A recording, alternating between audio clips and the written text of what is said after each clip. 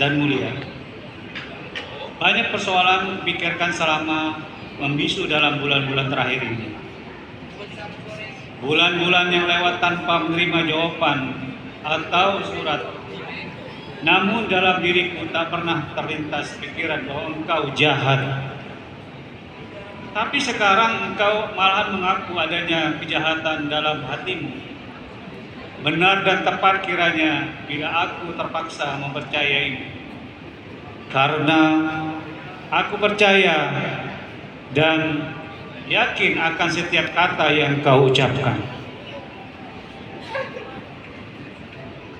Sudah barang tentu engkau merasa bangga saat mengatakan, aku jahat.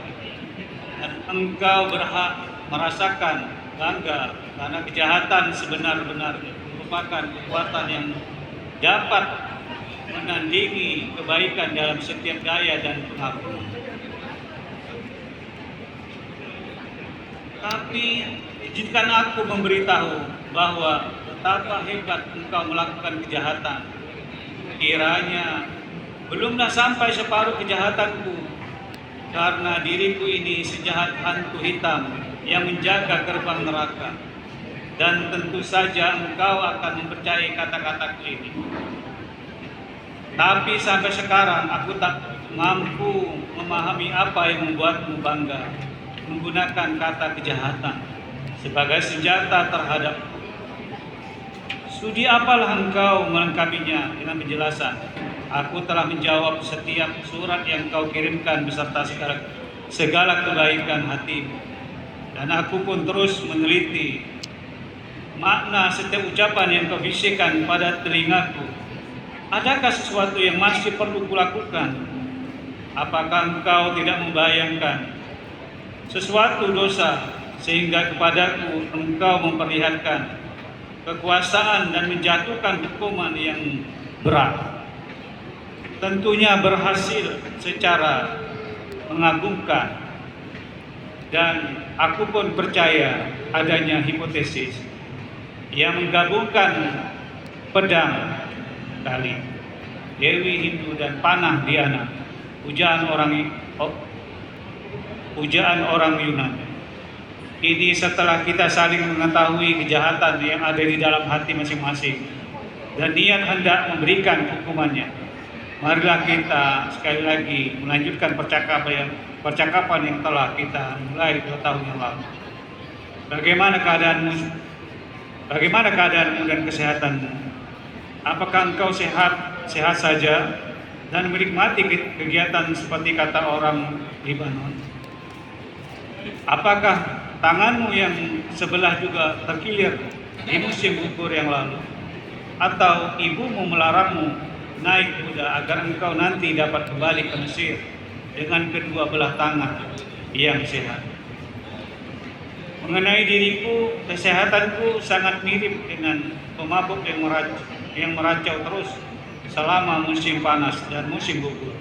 Aku berkelana di antara puncak gunung dan pantai laut, dan kembali ke New York dengan muka pucat dan tubuh kurus guna melanjutkan pekerjaanku dan memperjuangkan impian yang melambangkan diriku ke puncak gunung, menghubungkan kembali ke ceruk lembah. Aku gembira karena engkau senang akan Al-Pauno, bacaan berkala yang terbaik di antara jenisnya di dunia Arab. Adapun pemikirannya, ia anak muda yang baik hati, tajam pikiran, dan dikenal pula lantaran beberapa tulisan yang bagus serta sajak-sajaknya yang diterbitkan dengan nama samaran Alif. Yang mengagumkan pada orang ini ialah bahwa ia bukan saja membaca segala hal yang ditulis oleh orang-orang Eropa, tapi juga menyerapnya. Mengenai teman-teman kita, Amin Rihan, ia sudah menerbitkan novel barunya yang panjang dalam Al-Pauno.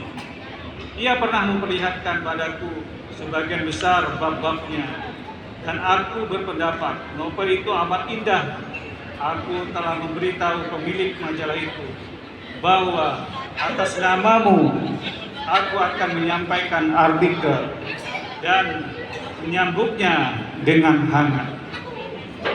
Dengan kecewa sekali aku terpaksa mengatakan bahwa aku tidak dapat memainkan alat musik apa saja.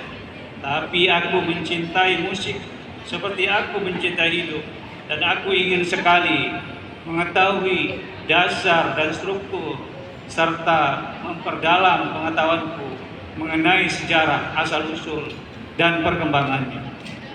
Dan jika berhasil, aku akan menulis esai panjang tentang aspek-aspek komposisi musik, aspek-aspek komposisi musik Arab dan Persia. Demikian pula cintaku pada musik. Demikian pula cintaku pada musik Barat dan Timur. Jarang sekali dalam seminggu aku tidak menonton opera sekali atau dua kali. Walaupun di antara semua musik Eropa, aku lebih menyukai karya-karya yang dikenal sebagai simfoni, sonata, dan kantata. Karena opera tidak mengandung kesederhanaan artistik yang serasi dengan kesukaanku, sehingga mudah untuk memilih mana yang disukai dan mana yang tidak. Dan bolehlah aku berterus terang betapa iri hatiku terhadap Aud kecapi yang kupegang begitu berat, yang begitu erat. Terimalah penghargaanku manakala engkau sudah memainkan nawahan pada dawai-dawai kecapimu, karena lagu inilah kesayanganku. Penghargaan dan kehormatan yang tulus ini mengingatkan aku pada penghargaan dan penghormatan kami pada Nabi Muhammad SAW.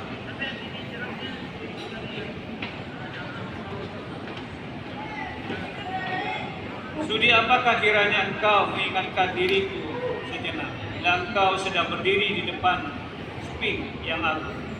Ketika aku mengunjungi Mesir 2 kali dalam seminggu, aku duduk berjam-jam di atas pasir yang keemasan itu, sedangkan mataku menatap piramid dan Sphinx. Kala itu aku pemuda berumur 18 tahun, dan jiwaku gemetar menyaksikan ciptaan seni yang demikian itu.